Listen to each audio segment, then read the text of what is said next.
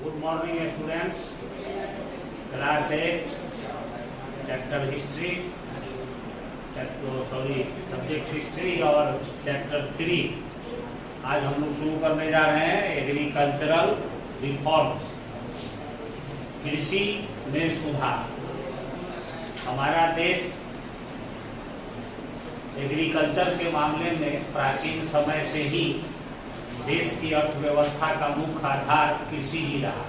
यानी जब British government यहाँ आई थी उस समय देश का 90% पॉपुलेशन एग्रीकल्चर पर ही डिपेंड था और एग्रीकल्चर ही देश की इकोनॉमी की अर्थव्यवस्था का या समझिए कि आमदनी इनकम का सोर्स था।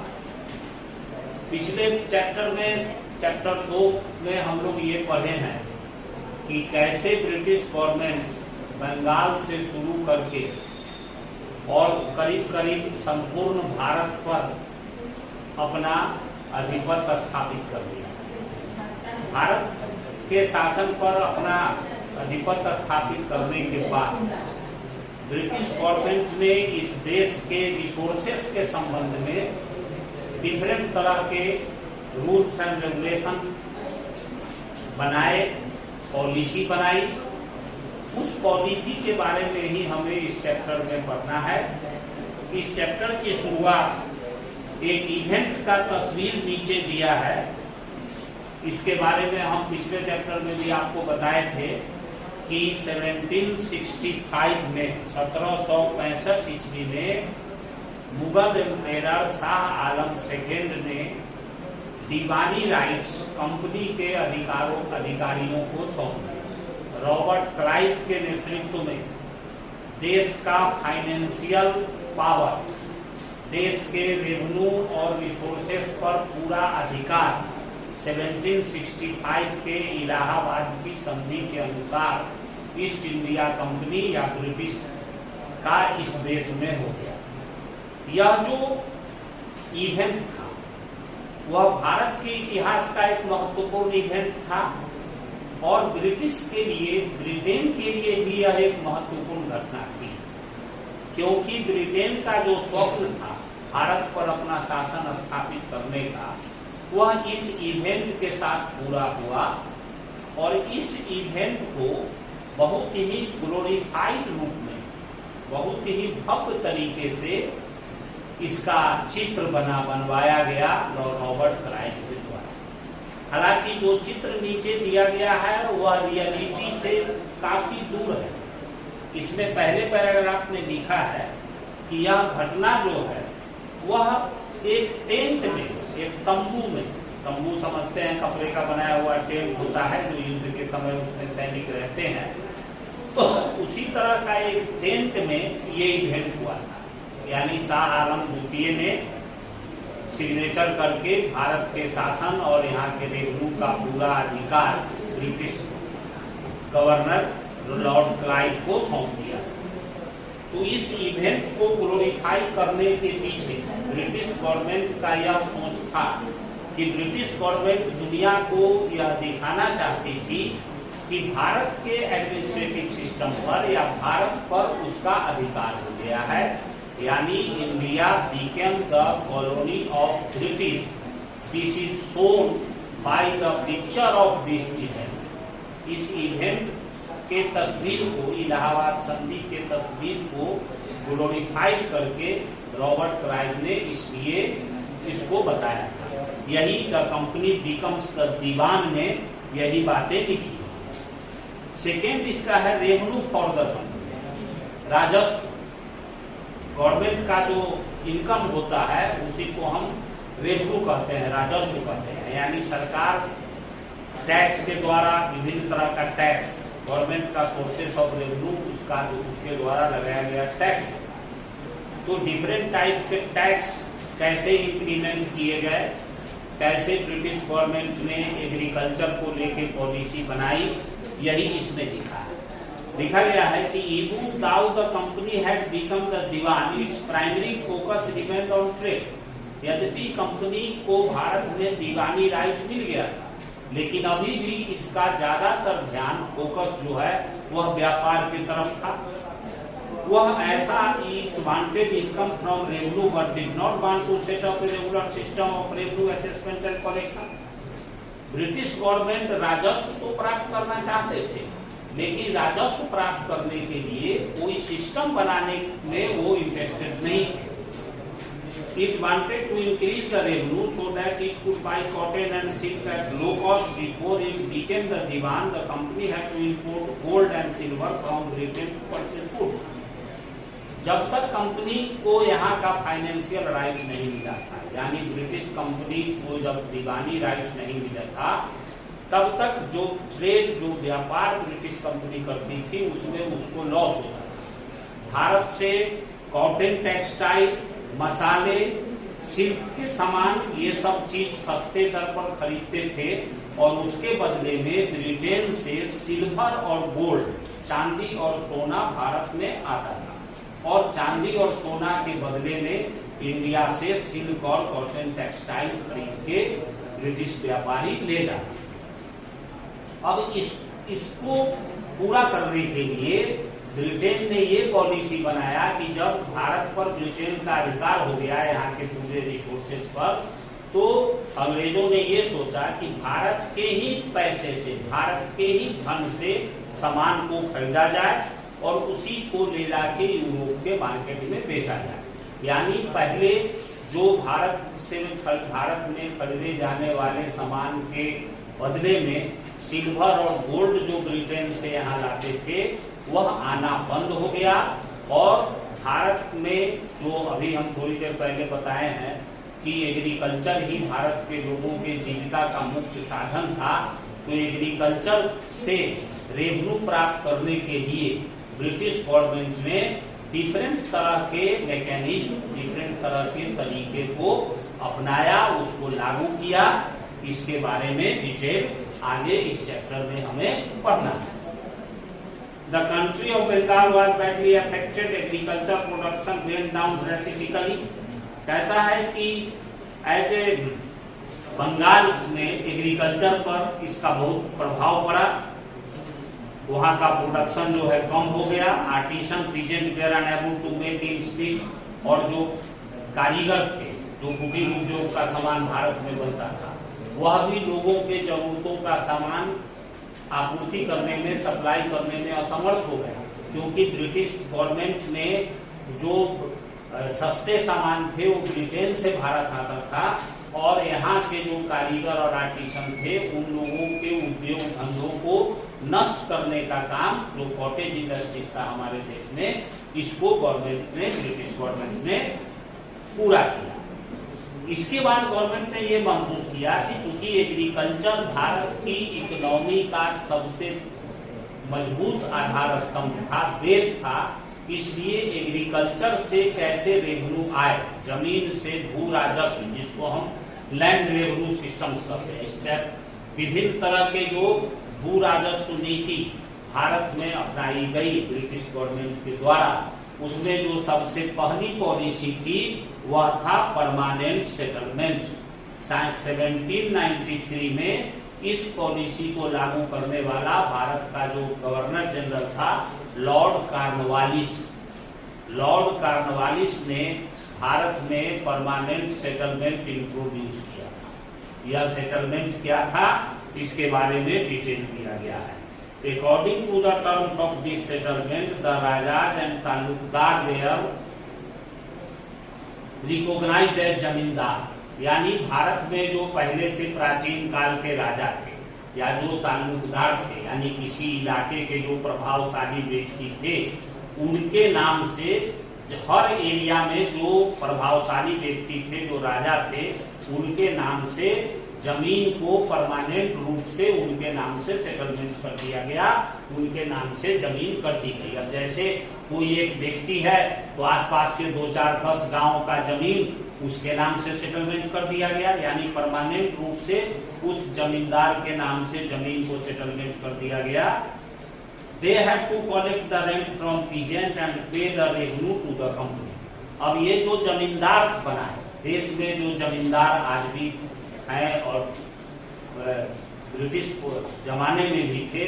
जमींदारी प्रथा की शुरुआत यहीं से हुई, परमानेंट सेटलमेंट से, कि हर एरिया के जमीन को किसी प्रभावशाली व्यक्ति के नाम से दे दिया गया, उसके नाम पे चढ़ा दिया गया, और उस व्यक्ति की ये रिस्पॉन्सिबिलिटी थी कि उस एरिया के से लैंड रेवेन्यू कलेक्ट करेगा और उस लैंड रेवेन्यू को ब्रिटिश गवर्नमेंट के खजाने में जमा करेगा। ये जो सिस्टम इंट्रोड्यूस किया गया या लैंड रेवेन्यू रिफॉर्म की दिशा में उठाया गया पहला कदम था। इसमें रेंट रेवेन्यू कितना लेना है ये फिक्स कर दिया गया, निश्चित कर दिया गया कि एक पार्टिकुलर एरिया में जो रेवेन्यू फिक्स किया गया वह जमीन की क्वालिटी और उस एरिया के कितने बड़े क्षेत्र में एग्रीकल्चर वर्क हो सकता है और उसका फर्टिलिटी कितनी है, इस आधार पे जमीनों का परमानेंट रेवेन्यू सेट कर दिया गया। The company thought that this would ensure that there was regular revenue to the company's coffers and जमींदार would invest in improving the land। Company ने ये सोचा था कि जमींदार लोग जो है वो जमीन को सुधार करने में इन्वेस्टमेंट करेंगे, खर्च करेंगे, इससे एग्रीकल्चर का कंडीशन बढ़ेगा और किसानों की स्थिति भी अच्छी होगी और गवर्नमेंट को रेगुलर रेवेन्यू सप्लाई भी मिलता रहेगा। लेकिन क्या ब्रिटिश गवर्नमेंट की जो ये सोच थी, यह सोच परमानेंट सेटलमेंट के इंट्रोडक्शन से पूरा हो पाया या नहीं हो पाया, ये अगले टॉपिक्स में है। The problem of zamindari system, इसमें समस्याएं कहाँ उत्पन्न हुई? The revenue fixed was very high and most जमींदार found it impossible to pay। Government ने, कंपनी ने जो रेवेन्यू फिक्स किया वह काफी ज्यादा था, उसका रेट काफी ज्यादा था, उतना एग्रीकल्चर प्रोडक्शन होता नहीं था, जितना प्रोडक्शन नहीं होता था उससे ज्यादा रेवेन्यू फिक्स कर दिया गया। तो जमींदार जो थे वो रेवेन्यू को पे करने में अपने को असमर्थ महसूस करने लगे। अब किसानों से जितना जमींदार का रेवेन्यू फिक्स किया गया था, जमींदार उससे ज्यादा वसूलते थे और उसका ज्यादातर हिस्सा अपने पास रखते थे और जितना फिक्स किया गया है वो गवर्नमेंट के पास पहुंचाते थे। सपोज दैट अगर किसी एरिया का रेवेन्यू कलेक्शन 50,000 अगर फिक्स किया गया है तो जमींदार 1 लाख रुपए वसूलते थे और 50,000 खुद रख लेते थे और 50,000 गवर्नमेंट के पास भेजते थे। अल्टीमेटली इसका बुरा प्रभाव किसानों पर पड़ने लगा। Many zamindar were auction off the company because of this practice. ये भी नियम बनाया गया था कि जिस जमींदार के नाम से परमानेंट सेटलमेंट है, अगर वह रेवेन्यू को पे करने में अनेबल रहता है, असमर्थ रहता है, तो उसकी जमींदारी छीन ली जाएगी। और इसका परिणाम ये हुआ कि परमानेंट सेटलमेंट के कारण बहुत से जमींदार ऐसे थे जो फिक्स किया गया था वो नहीं पे कर पाए, तो उनकी जमींदारी वापस ले ली गई। ऑक्शन, नीलाम कर दिया गया उनकी जमींदारी को, मतलब कोई दूसरा व्यक्ति यदि लेना चाहता है तो वो ले सकता है। कहता है कि the situation changed in the early part of the 19th century as agriculture expanded and prices rose. 19वीं शताब्दी के प्रारंभ में यानी 1800 ईस्वी के शुरू में परिस्थितियों में बदलाव आया, कृषि क्षेत्र का विस्तार हुआ और एग्रीकल्चर प्रोडक्ट्स के दाम बढ़े। This meant more income for the जमींदार, और इसका परिणाम हुआ कि जमींदारों को ज्यादा से ज्यादा इनकम होने लगा, क्योंकि रेवेन्यू तो एक बार फिक्स कर दिया गया था, आपको उतना ही पे करना था। अगर बाद में आप जमीन में इंप्रूवमेंट करके, सुधार करके आपको ज्यादा इनकम होता है तो जमींदार का होने लगा। The company did not gain anything because it had fixed the revenue permanently। इससे कंपनी को कोई लाभ नहीं हुआ क्योंकि उसने तो पहले से ही रेवेन्यू फिक्स कर दिया था। Even then the जमींदार did not show any interest in improving the land। लेकिन इसके बावजूद जमींदारों ने जमीन की स्थिति को सुधारने में कोई बहुत ज्यादा रुचि नहीं लगाई और न उन्होंने इसमें इन्वेस्ट किया। The system was very oppressive for the cultivator। किसानों के लिए यह सिस्टम बहुत ही दमनकारी था, क्योंकि फसल बराबर खराब होती थी वर्षा के कारण या प्राकृतिक आपदा के कारण, लेकिन जमींदार कठोरता पूर्वक किसानों से लगान वसूलते थे, तो इससे कल्टीवेटर की स्थिति दयनीय होने लगी। Take loans for the moneylender to pay rent, failure to pay his rent, the loan resulted in him losing his ancestral land। और किसानों को क्या प्रॉब्लम होने लगा कि लगान चुकाने के लिए वो साहूकारों से पैसा लेते थे और साहूकार का पैसा फिर अगर फसल खराब हो जाती थी, साहूकार का पैसा वो नहीं चुका पाते थे, तो उन्हें अपनी पुश्तैनी जमीन से जो उनके पूर्वजों द्वारा उन्हें दी गई थी वह जमीन उन्हें खोना पड़ता था। तो ये जो परमानेंट सेटलमेंट इंट्रोड्यूस किया गया, जितना कंपनी चाहती थी कि उसको इससे प्रॉफिट हो उतना प्रॉफिट उसको हुआ भी नहीं। न लैंड जो उम्मीद कंपनी का था कि जमींदार लैंड इम्प्रूवमेंट में काम करेंगे, तो यह भी नहीं हो पाया और अल्टीमेटली यह सिस्टम जो है धीरे धीरे कोलैप्स कर गया। इसके बाद जो दूसरा सिस्टम लाया गया वह था महालवाड़ी सेटलमेंट। महाल, एक पार्टिकुलर एरिया को महाल घोषित किया गया। इस सिस्टम को लाने वाले थे हॉल्ट मैकेंजी। 1822 में ये सिस्टम लैंड रेवेन्यू से रिलेटेड सिस्टम लाया गया। Under this the collector inspected the land and measured the fields of every village. जो इसमें क्या किया गया, जो डिस्ट्रिक्ट के एडमिनिस्ट्रेटर थे, कलेक्टर, वे प्रत्येक गांव के जमीन का माप करवाया गया कि किस गांव में कितनी जमीन है और किस क्वालिटी की जमीन है। Then the estimated revenue of the each plot within the village was added up, और प्लॉट वाइज रेवेन्यू बनाया गया राजस्व कि जो जमीन जैसी थी, जितना बड़ा था या उसकी क्वालिटी जैसी थी, उसके अनुसार अलग अलग जमीन के टुकड़े का प्लॉट का रेवेन्यू सुनिश्चित किया गया। और एक गांव में जितना प्लॉट वाइज रेवेन्यू कलेक्ट होता था उस क्षेत्र को उतना रेवेन्यू पे करना होता था। The total was the revenue that each village या महाल वाज सपोज टू पे। विलेज को महाल कहा गया। छोटे छोटे अगर गांव होते थे तो 2-3 विलेज को मिला के एक महाल घोषित कर दिया जाता था, या बड़ा कोई गांव था तो एक ही गांव में एक ही महाल होते थे या 2 महाल होते थे। इस तरीके से महाल मतलब एक एरिया था, एक पार्टिकुलर एरिया को महाल कहा गया और उस एरिया के प्लॉट बाय प्लॉट उसका माप करवाया गया, उसका रेवेन्यू फिक्स किया गया। तो ये सिस्टम जो है वह महालवाड़ी सिस्टम कहलाया। This revenue was to periodically revised. The village headman had the responsibility of collecting the revenue and paying it to the company. और इसमें जमींदारों को जिम्मेदारी नहीं दी गई, बल्कि प्रत्येक गांव का जो मुखिया होता था, जो हेडमैन होते थे, जो प्रभावशाली व्यक्ति होते थे, उनको यह रिस्पॉन्सिबिलिटी दी गई कि वह उस एरिया का, उस पूरे क्षेत्र का रेवेन्यू इकट्ठा करके वो गवर्नमेंट को देंगे। ये सिस्टम जो है North West Province of Bengal presidency और उत्तर प्रदेश, यानी उत्तर प्रदेश बिहार माने बंगाल प्रेसिडेंसी का जो उत्तर पश्चिमी क्षेत्र था जिसमें बिहार और उत्तर प्रदेश आते थे, इस क्षेत्र में ये सिस्टम लागू किया गया। इसके बाद एक और सिस्टम ब्रिटिश गवर्नमेंट द्वारा लागू किया गया, उसको हम रैयतवाड़ी सिस्टम या मुनरो सिस्टम कहते हैं। ये मद्रास प्रेसिडेंसी का गवर्नर था हेक्टर मुनरो। हेक्टर मुनरो ने अपने क्षेत्र में यानी साउथ इंडिया में इस पॉलिसी को चलाया था। In the south a new system was tried on A small scale bye captain Alexander read. Alexander read नामक व्यक्ति ने छोटे से क्षेत्र में इसका प्रयोग किया, एक्सपेरिमेंट किया कि यह रैयतवाड़ी सिस्टम चलता है कि नहीं चलता है।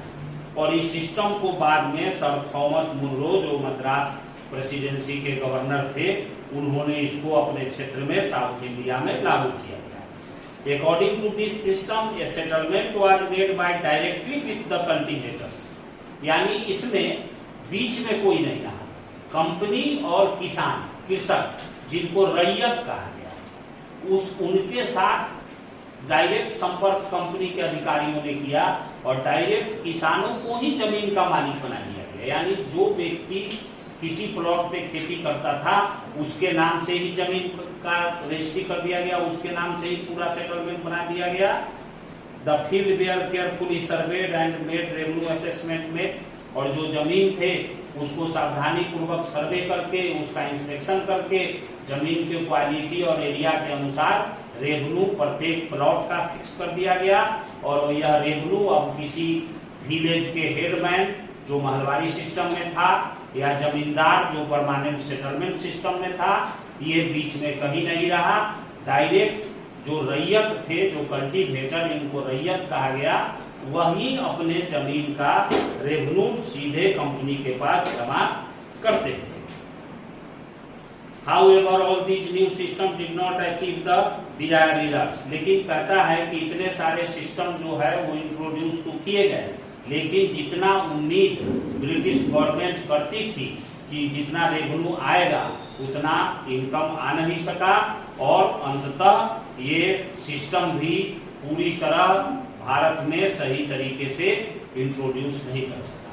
तो मुख्य रूप से ये 3 सिस्टम के बारे में बताए गए कि कंपनी को रेवेन्यू की जरूरत क्यों थी, और उस रेवेन्यू को पूरा करने के लिए उसने परमानेंट सेटलमेंट लगाया, जिसे जमींदारी सिस्टम कहा जाता है। और उसके बाद दूसरा सिस्टम महलवारी सिस्टम, ये सिस्टम लगाया गया। और साउथ इंडिया में जो सिस्टम था उसे मुनरो सिस्टम या रैयतवारी सिस्टम कहते हैं। तो ये डिफरेंट लैंड रेवेन्यू सिस्टम्स के बारे में आपने पढ़ा। इसमें जितने भी सिस्टम हैं उसमें अलग अलग तरीके से क्वेश्चन एराइज होंगे। फिर जब असाइनमेंट दिया जाएगा तो इस क्वेश्चन का आप आंसर तैयार करके पूरा असाइनमेंट